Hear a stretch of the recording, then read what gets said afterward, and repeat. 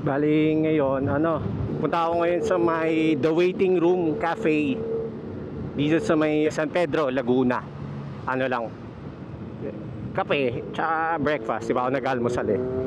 Kahit alauna na. Bali, brunch na. Technically, lunch na nga eh. Saan punta, kuya? Signal, puta, kaya ka napipingasan ng likod eh. So ayun, punta ako doon sa The Waiting Room Cafe. Dito sa may ano lang yon, lapit lang sa amin, parang 30 minutes lang mula sa bahay. From here, mga 20 minutes, ganun. Ito lang yun sa may San Pedro. Bali, sabi dito sa Waze, ito lang, diretso lang, Daang Hari, tapos Daang Reyna, tapos dun na may Magsaysay Road ba yun? Yun yung tinuturo eh. Pero along the main road lang siya eh. At least di ganun ka sulok-sulok. Kaya parang nakita ko lang yun sa TikTok eh. Mukhang okay naman yung ambience. Parang nagtitingin lang ako ng malapit sa bahay. Kasi parang isiningit ko lang to dahil parang 4 o'clock kailangan ko na sunduin si Lucas eh. So sakto na malapit lang din sa bahay.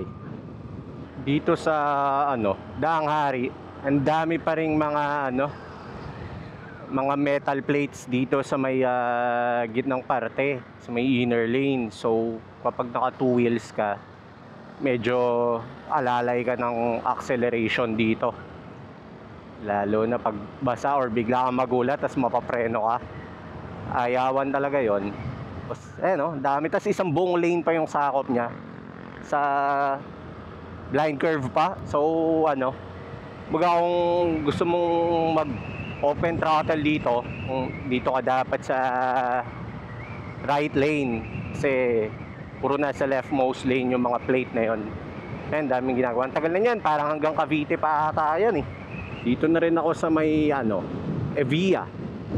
Dito sa may rotonda na to, leftmost side ka na dito pa Daang Reyna. Pag kumanan ka kasi paano yan eh, Cavite, ito sa may bandang kaliwa. Tapos pag inikot mo yung rotonda na yan, itong malaking rotonda na to, paano yan, MCX. O kaya kung babalik ka na dun sa may Alabang Sapote. Yan. Pa ako nakadaan na ako dito one time nung birthday ni Lucas. Pero pauwi sa amin sa Las Piñas, tas gabi pa. Kasi minsan pag sobrang traffic sa SLEX dito pinapadaan may sign naman, San Pedro, MCX. So ikot ka na lang ulit pag lumampas ka. Huwag ka nang lulusot sa MCX. Parang gabi nun nung dumaan kami. So ngayon ay hindi ko lang siya makikita na maliwanag. Parang may tatagos din dito galing Villar City. Nakadaan na rin kami dito mga kami. So dito yung parang glass cafe. Ayan dyan, so, makikita nyo dyan sa may palazzo ba yan. Pati mga kasal dyan kala mo nasa medieval age kay Kalesa Gaming eh. Diretso lang. Tapos sa dulo daw rotonda. Tapos yung left side doon papasok. Tapos yun yung main road na yun, diretso na ata doon sa The Waiting Room Cafe. Parang mga trip ko ngayon dito since Faccio naman, ang paggagawa ko ng mga Faccio na content, medyo malapit lang sa bahay. Kasi nakakatamad pag sobrang layo tapos walang kasama eh. Pag malalayo, ayan, yung big bike yung gagamitin ko. Pero pag itong Faccio, most probably kung maaaring malapit lang sa bahay, ayun. Para ma-promote na rin natin yung mga business dito, ayun, ganun. Mapintahan natin kung anong score. Parang tinignan ko yung menu nila. Medyo may kamahalan din eh. Parang mga nasa standard na meal breakfast, mga nasa 300, almost 400 eh. Pero ayun, tignan natin. Baka naman quality yung food or maganda talaga yung lugar. Mapintahan mamaya. Minsan kaya gusto ko rin kumakain sa mga medyo pricey na kainan. Hindi dahil sa may pambili tayo. Well, parang you get what you pay for eh. Ito na pala yung Villar City. Pwede ba ako dyan? Hindi, ito pala yung papasok. Boundary ng Muntinlupa at San Pedro. Okay. Sa Villar City kasi bawal sub 400cc. So, 3 km, 8 minutes, malapit na pala. So ayun, mabalik tayo. Yung minsan willing akong maglabas ng ano, kahit may kamahalan, kung quality naman yung makukuha mo, why not, di ba? Not bad na yun. O kaya minsan para ano rin, kasi kapag mura yan, dadagsain ng lahat yan eh. So parang mangyayari, ayoko pa naman ng ganun, yung umaalis sobrang daming tao, maraming kasabay, parang di ka mapag-relax eh. Pero nakita ko to, ayun nga, siguro kaya ako tao dahil pricey yung mga ano nila, pero ewan, mapintahan. Pero syempre hindi naman usually nagta-translate na kapag mahal automatic ano na yon, quality na yon. May mga bagay na mura rin, pero ayun lang, tiyaga lang talaga maghanap. Medyo maambon-ambon pa, tangina. Pangit ng panahon na itong mga nakaraang araw eh, laging sobrang init ng umaga, tapos pagdating ng hapon yun talagang uulan, yung basa talaga yung kalsada. Pero ngayon mukhang ano naman eh, mukhang kung umambon man daan lang, hindi man ganun karami yung ulap. Tapos isa pa pala, testing ko ngayon tong ano, holder ng Insta360 ko.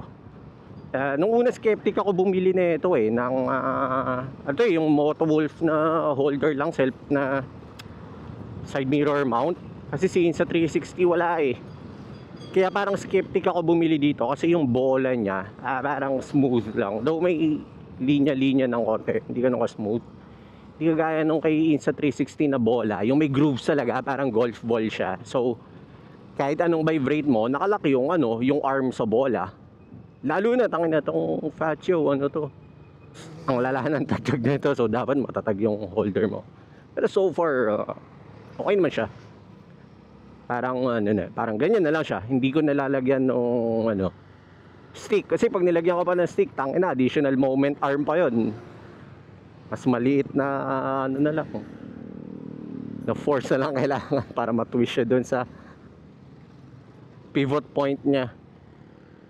Ito yung parang bundok na alala ko na daanan namin. Tangina, nakakatakot din dumaan dito. Tapunan ng salvage ang puta.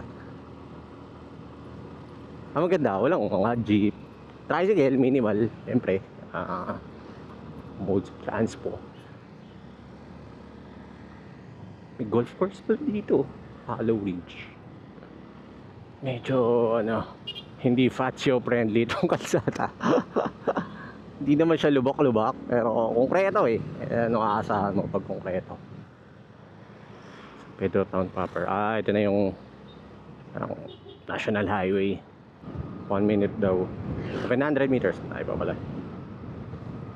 Itong San Pedro parang ano na rin, boundary ng Metro Manila. Yung Metro Manila at saka Laguna.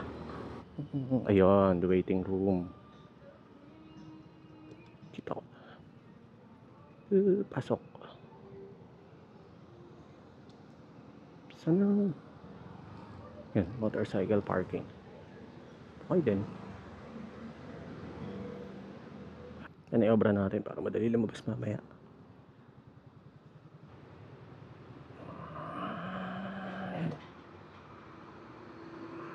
Okay din, maganda. Cozy.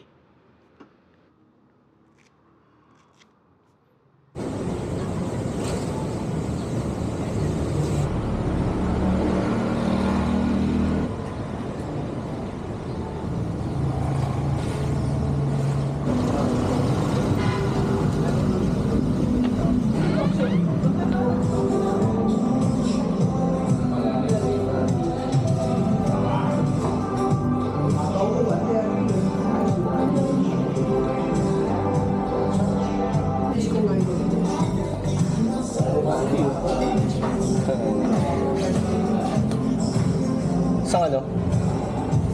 BLT. Sorry, ano na lang pala. Tapa bowl. So, anong matamis nyo na coffee dito? Sige yon ice. Isa. Yun lang. May libreng beer daw for minimum of 500 worth ng purchase. Di ba naman yung gagawin ko dito, pero para hell.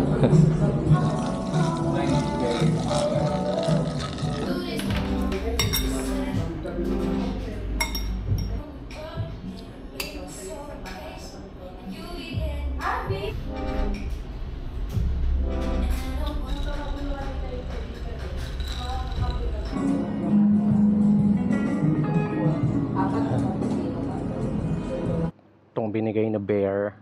Forever ka nang magiging parte ng scooter ko. Kasama mo na lahat ng mga malalagay dyan. So, ayun. Dito, 27 minutes. Bilis lang. So far, looking good yung 360. Ayun. Ano bang magiging hatol natin dun sa ano? Gaya nga nung nabanggit ko kanina, medyo pricey yung pagkain nila. Parang kinain ko is top silog. 380. Tapos yung kape na 180 yata yung kape. So 500 something lahat yung bill. Tapos sabi nga, pag may pag nakalampas 500 ka daw, magkakaroon ka niyang bear. Pwede ba sabi sa scooter mo. So ayun, for the price, okay, masarap yung pagkain. Pati yung kape, panalo din yung kape. Pero hindi ko sinasabi na lahat ng pagkain nila ganun ha. Hindi ko naman tinikman lahat eh. Sinasabi ko lang kung ano yung nakain ko. Pero for that price, worth it na. Kalidad yung tapa, ganda ng luto. Sinangag, panalo yung kanin, tas yung mabawang, yung mga trip ko na sinangag. Tapos yung kape yun, panalo, matamis, mahilig ako sa matamis na kape. Ayun, bigyan natin ng 6 out of 5 stars. Ganon kasarap ayun, das ang ganda ng lugar, ganda ng ambience. May third floor pa kaso lang hindi bukas ang ganang taas. Retro vibes, ganda nung niya, aesthetics. Pinag-isipan, kaya ginasusan, kaya medyo may kamahalan rin. Pero for what it's worth, panalo, sulit yung price niya kung ganun man siya kamahal. Dami ring kanina pagdating ko mga tarang naka remote setup na work. So parang okay naman sa kanila dun. Siyempre bibili ka rin, di yung basta tatrabaho ko na lang doon. Kaya na lang ba? So ayun, uwian na rin. Dito ko na rin tatapusin to. Hanggang sa susunod na video na lang ulit. Out na.